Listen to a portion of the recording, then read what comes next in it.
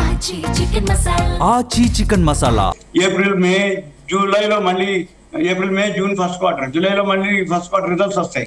ఆ results base చేసుకుంటే మళ్ళీ మంచి రిటర్న్స్ వచ్చే అవకాశం ఉంటుంది. 20-25% ఒకసారికి వస్తుంది. ఒక్కరోజు 20% అప్పర్ సర్క్యూట్ పైన ఇది ఎగ్జిట్ అయిపోవచ్చు. వాళ్ళు ఏమి ఆలోచించక్కర్లేదు, అయ్యే అవకాశాలే ఉంటాయి స్మాల్ క్యాప్ మిడ్ క్యాప్ లో.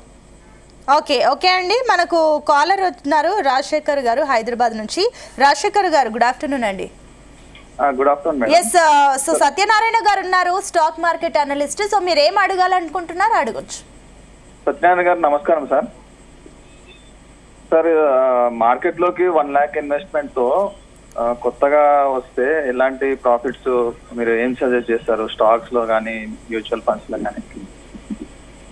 ఓకే, స్టాక్స్ ఓకే, ఈటీఎఫ్లు ఓకే, ఎస్ఐపీలు ఓకే.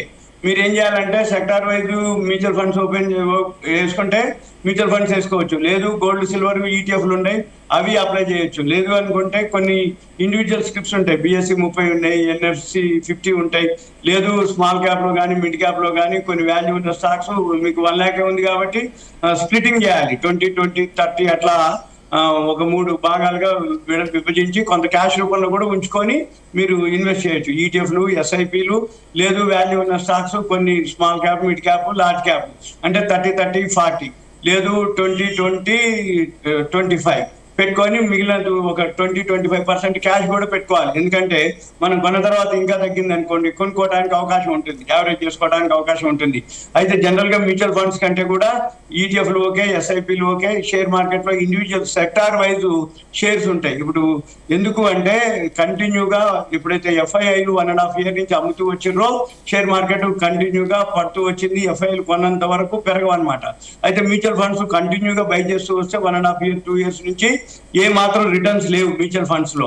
అయితే మ్యూచువల్ ఫండ్స్ లో సెక్టార్ వైజ్ ఉంటాయి, అవి కొన్ని చూసుకొని మీరు ఎంటర్ అయితే ఓకే. లేదు అనుకుంటే మ్యూచువల్ ఫండ్స్ మాత్రం ఇప్పట్లో రిటర్న్స్ కనపడవు. ఎందుకంటే ఆ మైనస్ అంతా కూడటానికే ముందు 1.5 year నుంచి ఆ లాస్ అనేది బయటకు రావడానికే, బ్రేక్ ఈవెన్ కావడానికే టైం పడుతుంది. కాబట్టి ఎస్ఐపి చేసుకోవచ్చు. లేదు ఎస్ఐపిలో కొన్ని ఇండివిజువల్ స్క్రిప్ట్స్ పెట్టుకోవాలి, కొన్ని షేర్లు పెట్టుకొని ఎస్ఐపిలో మంత్లీ కనుక చేసుకుంటే ఓకే. ఇప్పుడు 1 lakh మామూలుగా small cap, mid cap, large cap లో షేర్స్ లోనే 20 లేకపోతే 30 పెట్టేసి 70% అయిపోతుంది. 70-75% అయిపోతే ఇంకో 20-25% క్యాష్ పెట్టుకొని ఉంచుకోవాలి, ఏ టైంలో ఏమైనా జరిగితే కొనుక్కోవడానికి. ఓకే సత్యనారాయణ గారు, అండ్ థ్యాంక్ యూ అండి రాజశేఖర్ గారు. సత్యనారాయణ గారు, ఇంకొకటి ఏంటంటే కూడా సో ఇప్పుడున్న సిచ్యువేషన్స్లో రంగాల వారీగా చూసుకుంటే కూడా ఏ రంగం పైన ఎక్కువగా ఎఫెక్ట్ ఉంటుంది? అండ్ ఇంకొకటి మీరేమైనా స్టాక్స్ సజెస్ట్ చేయగలుగుతారా? ఏఐ టూల్స్ అయితే ఓకే, సెమీ కండక్టర్స్ ఏవైతే ఉన్నాయో ఏఐ టూల్స్ ఉంటాయి, అవి ఓకే, రాబోయే రోజుల్లో ఉంటుంది. Defence okay.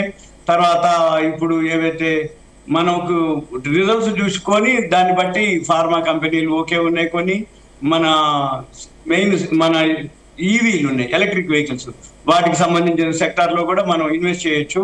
అయితే ఇప్పుడు ఇంకొక 4 రోజులు పోతే రిజల్ట్స్ అన్ని వస్తాయి అనమాట. రిజల్ట్స్ వచ్చిన తర్వాత ఈ రిజల్ట్స్ లాస్ట్ ఇయర్ మీద ఏ దానికి ఎక్కువ వచ్చినాయో చూసి 83 సెక్టార్లు ఉంటాయి అనమాట.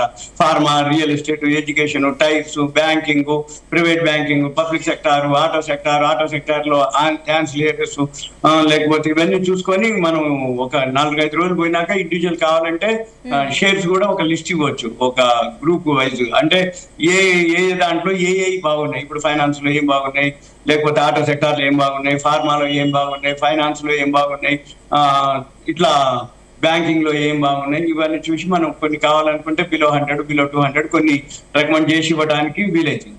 ఓకే, అండ్ ఇంకో మనకు శేఖర్ గారు అని వరంగల్ నుంచి ఆయన కాలర్ ఉన్నారు. శేఖర్ గారు good afternoon. Good afternoon madam, both of you. Yes, అడగండి శేఖర్ గారు, ఏం అడగాలనుకుంటున్నారు? జీవి గారు, ఈ ఒక 3 స్టాక్స్ ఇప్పుడు ఎంటర్ చేసుకోవచ్చా అని చెప్తాను.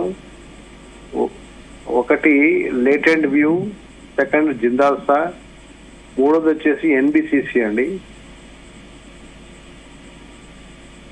చెప్పండి శేఖర్ గారు.